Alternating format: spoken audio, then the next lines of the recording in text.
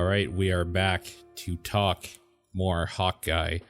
It's been 2 weeks, so we're going to talk episode 3 and 4, which works out because I'm going to tell you, episode 3 was way too short for my liking. That really bugged me. It was extremely short. In fact, I think I saw somebody, I can't remember if it was a Marvel or Disney dude or whatever, or just a reviewer even, was like, yeah, episode 3 is the shortest out of anything Marvel has ever put out. Like the shortest episode or whatever, at 41 minutes or something like that. And I felt it. It was really, really short. But yeah, let's talk episode 3 and 4, Echoes and Partners. Am I right? Some good title. That's a great title. Yep. Okay. So where we last left our intrepid heroes, I mean, Kate fucked up and got herself caught, and got Clint even more caught. And that's and we got our first peek at Echo in this universe. So that was cool. And that it just kind of ends there. So we start off right at that part where the interrogation is happening. Echo is completely deaf, and there's like this weird moment of like her recognizing that Clint has a hearing aid in, and like kind of pitying him a little bit and just being like, you shouldn't be using that. It's so much cooler being fully deaf, yo. And it's a weird moment where she says you rely too much on technology, which is a lot coming from someone with prosthetic limbs, honestly. Yeah, I mean, it's real. It's like pot calling the kettle black or whatever. I will say, though, she at least knows how to read lips and sign language, and he knows nothing at all. So he is completely useless with his thing gone. Yeah, which happens. Like the sentiment isn't wrong that you should probably learn some of this other stuff about not having hearing, but yeah, the line "you rely on technology too much" is just it's super ridiculous. But and also there's like, obviously we know this. There's a big difference between being like born deaf and having your whole fucking life to like get good at that. Mm-hmm. And Clint losing his hearing like maybe like last month. We don't really know when he started using the hearing aid. Totally. Yeah, so I don't know. Like maybe just stay on your side of the line there, Echo. Just chill the fuck out. Echo, spoiler, Echo will not chill the fuck out. No, she does not chill the fuck out, to the point where she does not believe the story that Ronin was killed by Black Widow. And like the other people in the organization seem to be like, well, that's convenient, but I mean, okay, cool. Like, let's not worry about things that'll fucking get us killed anymore, I guess. Yeah. She's not having it because this whole episode is kind of more than half. I would say about half of it is finding out her backstory with kind of like a montage sort of thing, or like a recap or whatever of like her life up to that point. I think that's actually all before even the title card. It just kind of starts off with a cold open of her childhood or whatever. Yeah, I think that's how it works. Ronin killed her dad because her dad is wrapped up in some bad shit for her uncle, quote unquote. Yeah. I think he's in a tracksuit when he dies. I think he was part of that gang. He was the leader of it, yeah. Yeah, he was the leader of it, and she kind of took over. So she's part of the Tracksuit Draculas or Mafia or whatever. Yeah. And yeah, she basically just wants revenge, even though her right-hand man is kind of like chill. We should be good about this. Like, let's not kill an Avenger. We don't have to put all our resources into trying to kill an Avenger, and probably not. Yeah. Yeah, it's just a bad idea. But she's like, nah, so there's a giant chase. And that's kind of the whole episode. Yeah. It's cool, though. Like, it's a cool first real outing of Clint doing a thing and Kate having to, like, kind of fight back or whatever herself. Yeah. Because he's deaf. Yeah, I like how they did some good moments where he just can't hear anything for this whole sequence. Yeah. There's some good moments of she's saying like something and then he just like repeats it. It's like, hey, maybe you should like do this or whatever. It's just like, yeah, this is just good.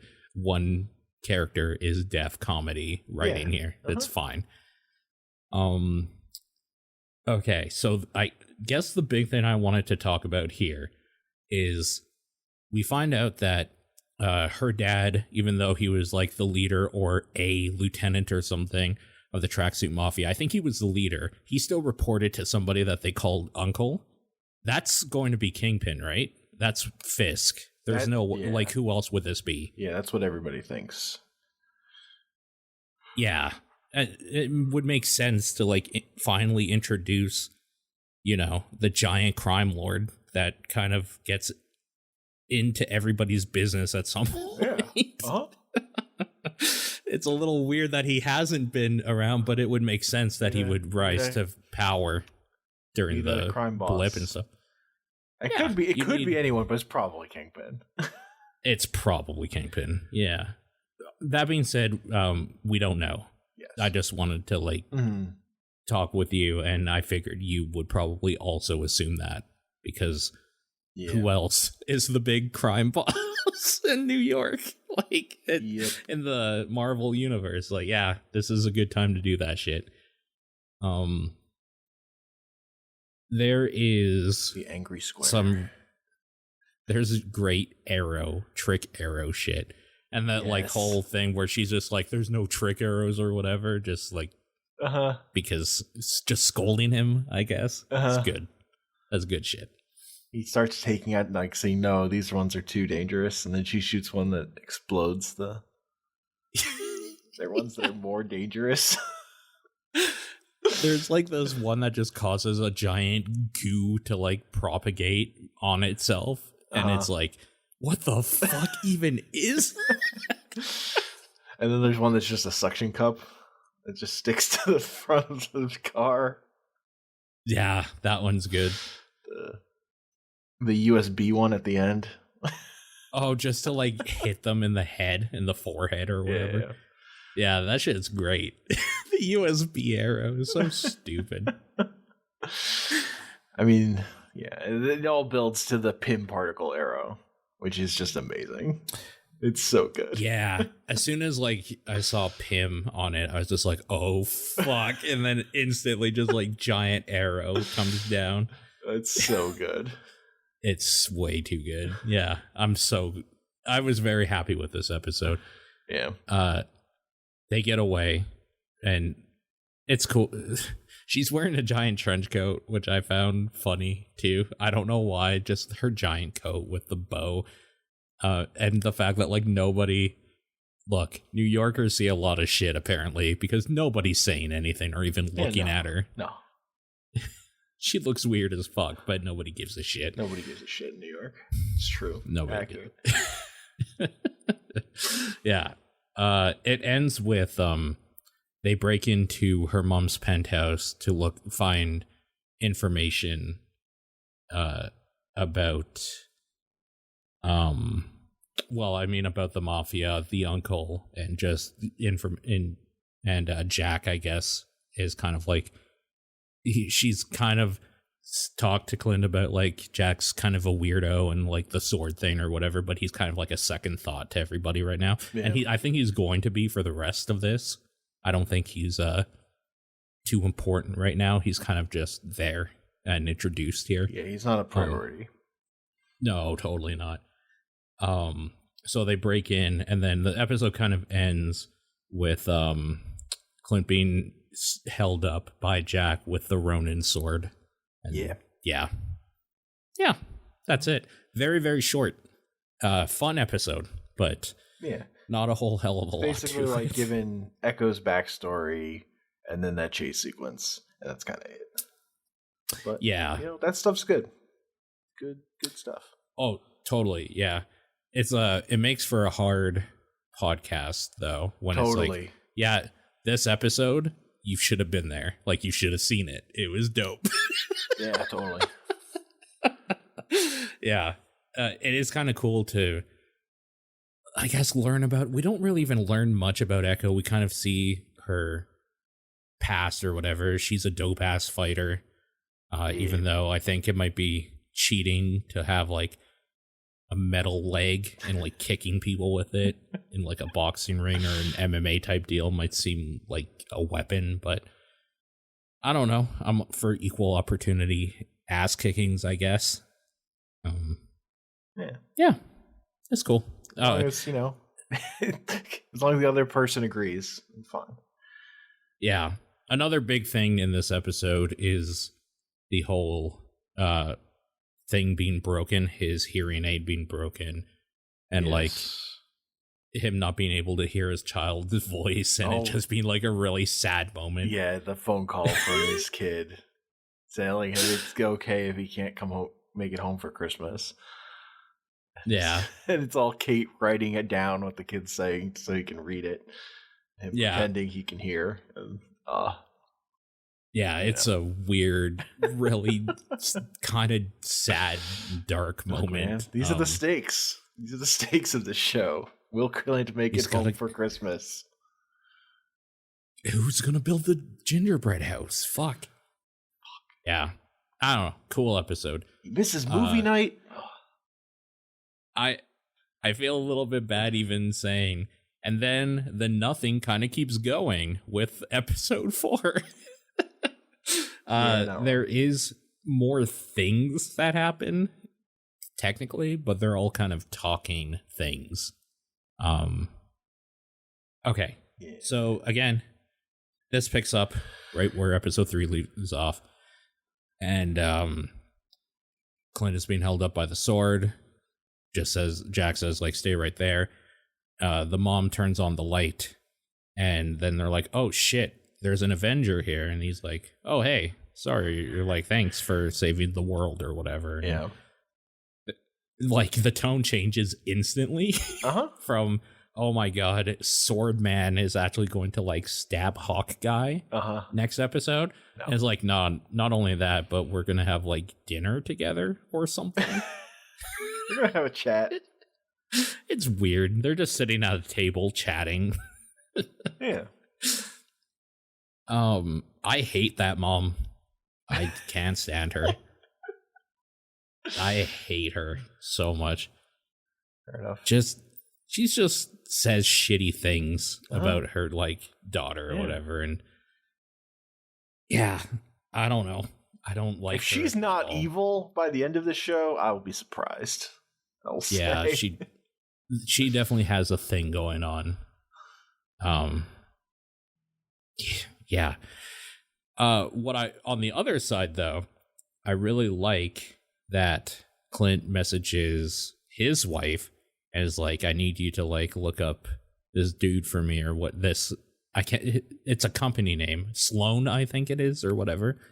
And I just really, again, we talked about it before, I really like the dynamic of like, she's on his team, like she's working with him to do the thing. It's just nice. It's just nice, especially since this mother is a piece of shit, and it's just like, I kind of get it, because she doesn't want Kate to like get wrapped up in that world or whatever. But yeah, I don't know. I just can't stand her. She definitely has some weird hidden agenda or some bigger part to play. Yeah. For sure. I like what the show does here though after Clint leaves, where they just have like a conversation with Kate's mom and Duquette Ness, and like Kate's actually getting along with them, Like, yeah, like she's kind of softening on him, and then like the next thing she gets to Hawkeye, and Hawkeye's like, oh yeah, that guy's definitely dirty. And she's like, oh, I was starting to think maybe he wasn't. Never, okay. Yeah, it's a weird whiplash for sure, because she definitely is like, I haven't like seen you like this in a long time or whatever. Yeah, she's like, because she sees her mom happy. Yeah, her mom doesn't dance, and then she sees her dance. It's like, oh, and like laughing and just like having a good time or whatever. Yep. And they're kind of making fun of the fact that Jax gets like idioms wrong all the time. Yeah. I can't remember what they were both really funny. He says one, and then something about a box of chocolates. But I can't remember what. It's not life is like a box of chocolates. It's something else is a box of chocolates, and it's weird or whatever. It's like absence makes the heart grow older or something. Grow older. Yeah. Yeah. There's just like, it's just a nice kind of moment. Yeah. With all the characters before everything is going to go to shit, and she's probably gonna like murder him or something. Yeah. I just like of like giving us that and then going right back to no, this guy definitely 100% is up to some shit. Don't forget. Yeah. Yeah. So yeah, that's the big thing, is that he asks his wife to look up Sloane. She calls him or talks to him, and it's like, oh yeah, apparently Sloane has been like laundering money for the Tracksuit Mafia or whatever, and Jack's the CEO of it. Is like, oh, okay, so yeah, he's super dirty then. Gotcha. It's important though, because that connects him with the other guys. Fine, there wasn't a connection, and now there is. Yeah. So, and there's also like an extra establishing shot of Clint staring at that Ronin sword, like making a mental note. I gotta go. He has to go back for that at some point. Gotta get that sword. I mean, he takes a sword with him as he leaves, which is hilarious. Yeah, he like that. It's under his coat when he walks out of the building. He like looks at it quickly. Oh man. Yeah, so he nabbed it. I actually kind of thought that Kate was going to get blamed for it and that they would realize, but they didn't. So who knows what's going to happen with that. Yeah, he just stole it. Nice. That makes sense. Yeah, it's kind of the only reason that's one of the reasons why he was there. Yeah, so. No, that checks out. Good job, Clint. Oh my God. Okay, so there's a really cute moment where so the family's having like a good time, the three of them, and then Kate's like feeling bad because Clint is stuck in this mess where he's not with his family on the holidays or whatever. And this was supposed to be movie night specifically. So she brings over a bunch of movies and a pizza so that they can like hang out and just kind of, I don't know, be friends or whatever. And it's a really nice moment. So he's not alone. It also leads to just some good banter between the two, and a little playful, like, not rivalry really, but Clint does this thing where he like flicks a coin like ornament or whatever and hits like a VCR in the TV and like turns them both off or something like that. Yeah. And he's like trying to show her how to do it, and eventually she does. It's just a cool moment. This kind of thing I've been wanting. But the big thing with this episode is I can't believe they brought them back. They go to the LARPers. Yeah. I can't believe they went back with the LARPers. So Clint gets word that a important Rolex is like showing, the tracking device in the Rolex or whatever is showing in a location in New York. And his arrows are being held by the NYPD or something in the station after the big chase scene and whatnot. Yeah. So he asks her, Kate, to go talk to the LARPers, kind of like schmooze with them, see if she can get the arrows back. to which she successfully does, even though she invites all of the cops over, essentially. Yep. To her house. That's a weird... I don't know. They instantly believe her that she's with Hawkeye. There's like no questioning it either. There's no question. And the fact that she's so trusting, like, oh, she's going to get so fucked over. Like, it's so bad. Well, then with the next scene, we get like where this is going is because she's talking to like one of the women who's like a leather worker, and Kate's like talking to her about making her and Hawkeye costumes. And they're like, yeah, we'll agree to that, but you have to make costumes for all of us. You have to get us the material, the cool material. And she's like, yeah, sure. I don't know how she's going to do that, but she didn't care. She says she's gonna. I can't remember what. So she brings the arrows, and they're in a bag that says like Bombshell. some like bombshell. That's what it was. The woman's like, yeah, my wife made this for me. Yeah, there's a bag that says bombshell on it. Yeah, that's some good shit. Anyways, yeah, they end up going to go take the Rolex back. They track it down into a building, and they get attacked when they realize that it's Echo's apartment that it's in, and somebody else is attacking Clint as he keeps an eye, a hawk's eye, watch as she's like in the other building or whatever from another roof. Well, and like Hawkeye's like staking it out, and then Kate just starts walking across the street. Yeah, just like help some dude bring his groceries in. Yeah, makes sense, because we've already seen that she's like really proficient at picking locks. Yeah. So, and she got to be the person to go in because she just did it and didn't ask. He was stuck on the roof. Yeah.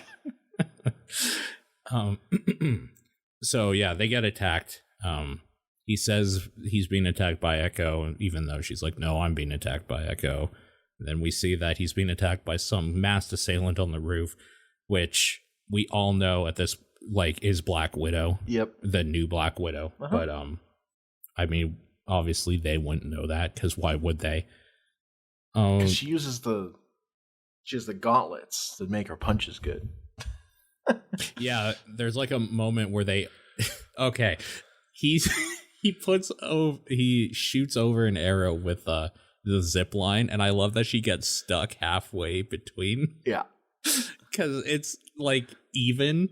Yeah, there's no ramp up or down in the thing, so she's just stuck there. That's real good. She's trying to scoot forward. Yeah. Yeah, there's really good stuff of Kate just being persistent. Like, there's so many times where she could have just stopped and not been here anymore, essentially. Yeah, man. She wants to do this. And there's a 4-person fight. And on the roof that ends with Echo running away after being shot in the arm by Kate. Yep. Which I found like weirdly like, oh fuck. I wasn't expecting that. Kate puts an arrow into her arm. Yeah. That's some good shit. And Black Widow failing kind of to secure the kill on Clint and then leaving. Yeah, it gets unmasked so that we know who it is. Yeah. So now we know it's Yelena. Did you ever watch the movie? I'm now 45 minutes through Black Widow, and I stopped because I was bored. But yeah, it's really not that good. I'll get back to it. But I've seen enough to get introduced to that character, at least. She's like the thing to watch that movie for. Yeah. She's good. Also, what's his name? The Stranger Things guy. David Harbour is good as well on that, but he doesn't get as much airtime, obviously. Yeah. But so the new Black Widow, which is a no shit moment. There's a cool moment where Clint is just like, shit just got like real. They send a Black Widow after me. Like, you gotta leave. You just gotta go home. Like, this is no longer playtime sort of thing. Yeah. Because there's a hit out on him. And that's kind of where it ends, with him breaking her heart. And it's real sad. But, yeah. So somehow I don't think Kate Bishop is just going to take that and go home. I don't think that's how this is going to go. It doesn't seem much safer at home for her either, so that's probably true. for the best. Yeah, probably for the best. This show was originally supposed to be a movie that was changed into a show, and like everybody, it wasn't like, oh, let's just put padding in or whatever. They were going to make it a movie, then they decided to make it a show, and then they wrote it as a show. Mm-hmm. It's not like a hack job or anything. Yeah. I think we're kind of seeing how that movie would have played out, because I feel like these episodes are very short. This one was also like 42 minutes or something. It's a very short episode. Yeah. And like, in terms of stuff driving the plot forward and villain stuff and action or whatever, there's actually not a lot happening in it. Nope. I am really enjoying it, but I think they could have made this a movie, and it would have just been a little long, but still like a pretty tight package overall. Yeah. Mm-hmm. I like some of the like slower stuff they get to do because it's a TV show, I'll say. Yeah, I don't think I want that stuff gone either, because then I think you might have the Black Widow problem. Yeah. There's like a lot of shit going on in this with like new characters or whatever, and they don't get any time to breathe. Yeah. At all. So yeah, I don't really know what I want. I just think superhero stories work better as serialized storytelling anyway. So. Well, yeah, they're created for that, right? Exactly. So I'm kind of more into the TV side of Marvel right now anyway. I mean, besides like Spider-Man, I'm very excited for. Oh, it's so stupid. Anytime I like think about the new Spider-Verse movie, like not the one coming out, but like the actual into this across the Spider-Verse or whatever. Yeah. Like, I just want to cry. It's so fucking stupid. I don't want to think about it. That trailer's real good. Oh my god, that trailer. Oh. Yeah. Looks so cool. It just took me back to like, oh right, one of my favorite movies ever is happening again. Yeah. Hopefully. Holy and just fuck, like if they ruin it. That movie, like, they just get to do an animation style that like nobody else is doing. And it looks so fucking amazing. And they get to use one of the best versions of Spider-Man that isn't a fucking white dude who whines all the time. It's dope. True. I mean, I'll always love Peter Parker because but I love Peter Parker as a washed up adult, honestly. Totally. Because that's like, when I was a kid, I liked Kid Parker. Mm-hmm. I mean, I grew up. I'm a washed up adult now. Exactly. But I mean, and even when I was like reading comic books, Peter Parker was a washed up adult pretty much. It's kind of the other part of it. But like the Tom Holland Spider-Man in the MCU, that's like mostly built out of Miles' origin stuff. Like, honestly, they took a lot from the Miles stuff to build that version of Spider-Man. Yeah, I've been thinking about it lately. I'm pretty sure I just like Homecoming. That second movie, the more I think about it, is fucking trash. I do not like that movie at all. They tried way too hard to like be like, Spider-Man's in the MCU and an Avengers thing. He cares about Tony. He's like, I don't fucking care about this. Give me Spider-Man content. I don't fucking care about Avengers stuff in a Spider-Man movie. Yeah. And that movie is like, oh no, but and then jerks off all over your face. No, it's not a Spider-Man movie. It's like a event tie-in wrap-up movie. Totally.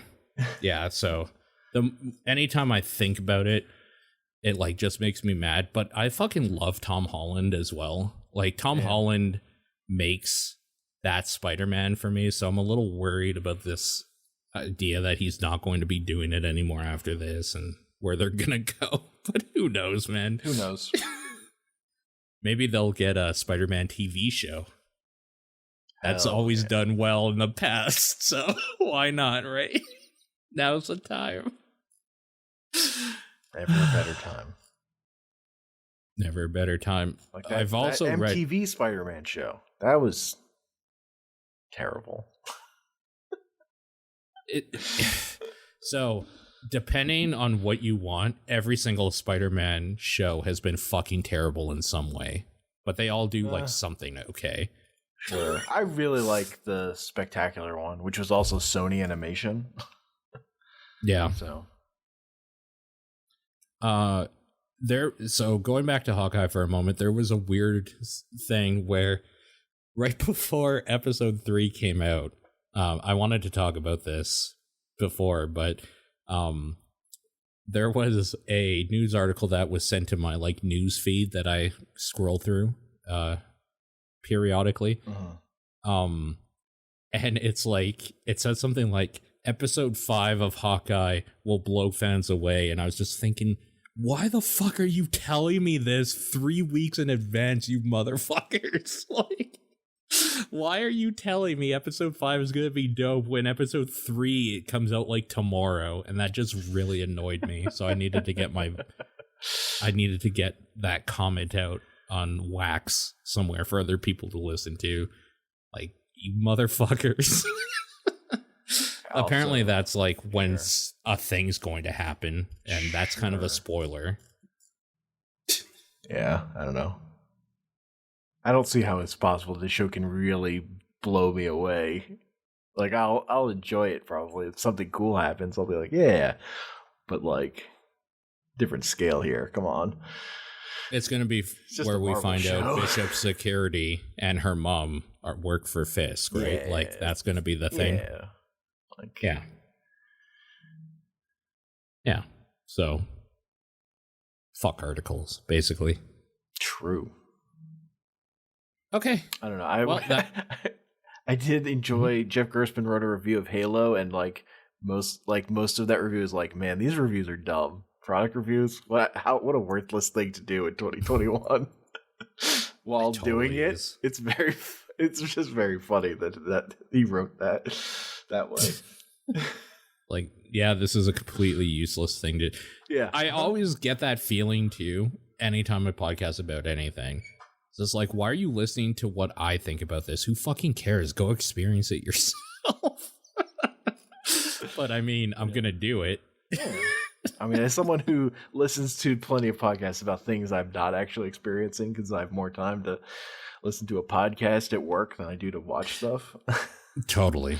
Yeah, no, I get that. The writing the review thing is definitely one of those things. And like specifically the writing the product review to tell you if you should buy a thing for a game that's on Game Pass. So useless. Yeah. Yeah, for sure. I still think this show is, I mean, I still think it's so much better than Falcon and Winter Soldier, and I don't know how people could disagree, but there are people that do, so that's fair enough. I mean, Kate's just such a better character than anyone who was on that show, so it's like, I mean, than both of Falcon and Winter Soldier. And, just better than all of it, so... Mm-hmm. That's a big part of it. Totally. Yep.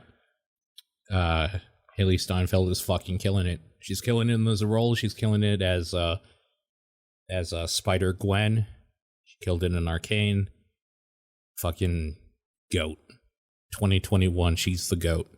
She's doing good work. Yeah. All right. Well, any closing thoughts?